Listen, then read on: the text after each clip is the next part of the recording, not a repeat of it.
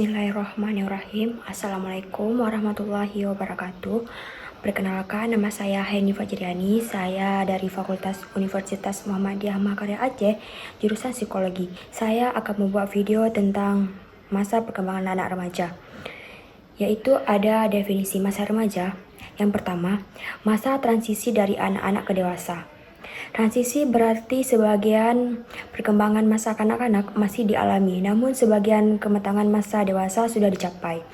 Yang kedua ada tentang usia. Sekitaran umur 12 sampai 21 tahun, variasi budaya.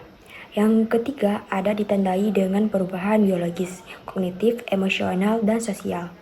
Dan yang keempat ada menurut Wu, remaja adalah individu berusia sebagai 10 tahun sampai 19 tahun. Dan selanjutnya ada ciri-ciri masa remaja. Yang pertama, ada perubahan fisik dan pusat atau pubertas.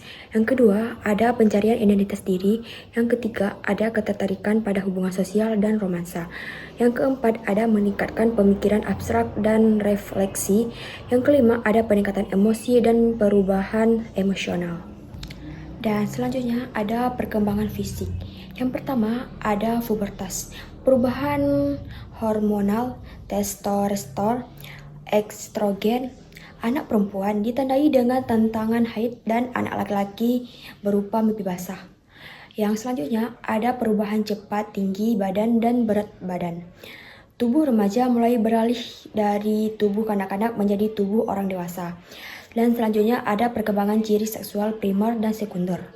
Dan yang selanjutnya ada perubahan dalam kebutuhan tidur dan pola makan. Dan selanjutnya ada ciri-ciri pubertas pada remaja pada anak laki-laki. Pertama ada perubahan pada testis dan penis. Struktur anak laki-laki berubah menjadi lebih gelap. Dan selanjutnya ada perubahan rambut di area organ seksual dan ketiak yang semakin menebal. Dan selanjutnya ada produktif, keringat akan bertambah, mengalami mimpi basah. Selanjutnya ada terjadinya perubahan suara menjadi lebih berat. Dan selanjutnya ada timbulnya jerawat di area wajah atau badan.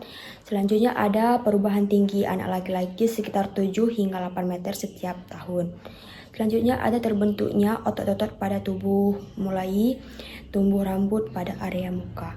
Dan selanjutnya perubahan pada remaja perempuan.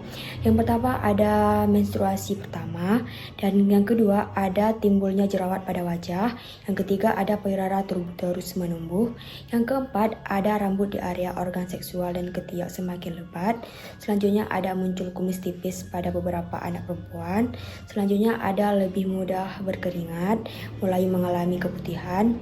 Selanjutnya ada terjadinya peningkatan tinggi badan secara drastis dan sejak menstruasi, dan berat badan mulai meningkat dan pinggulnya semakin melebar.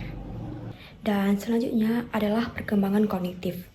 Tahap operasional formal Jean Piaget. Yang pertama ada berpikir abstrak dan logis.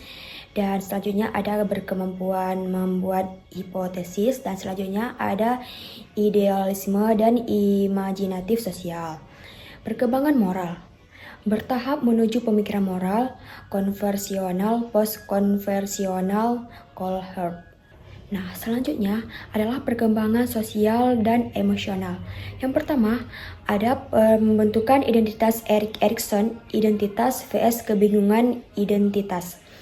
Selanjutnya, ada peningkatan pentingnya hubungan teman sebaya dan perkembangan keintiman dan persahabatan sejati. Selanjutnya, yang terakhir ada meningkatkan pencarian kemandirian dari orang tua.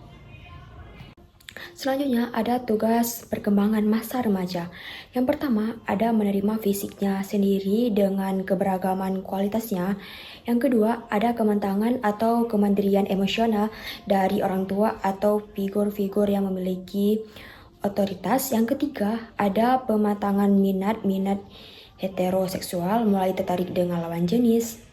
Yang keempat ada kematangan sosial, mengembangkan keterampilan komunikasi interpersonal dan belajar bergaul dengan teman sebaya atau orang lain. Yang kelima ada emansipasi dari kontrol keluarga. Yang keenam ada kematangan intelektual. Yang ketujuh ada mampu meningkatkan sikap perilaku kekanak-kanakan. Dan selanjutnya ada memperkuat self-control, kemampuan mengendalikan diri atas dasar skala nilai, prinsip, atau falsafah hidup. Yang terakhir ada identifikasi diri, menerima dirinya sendiri dengan memiliki kepercayaan terhadap kemampuannya sendiri. Dan ada juga tantangan masa remaja. Yang pertama ada tekanan teman sebaya. Remaja lebih mudah dipengaruhi oleh teman-temannya daripada orang tuanya di rumah.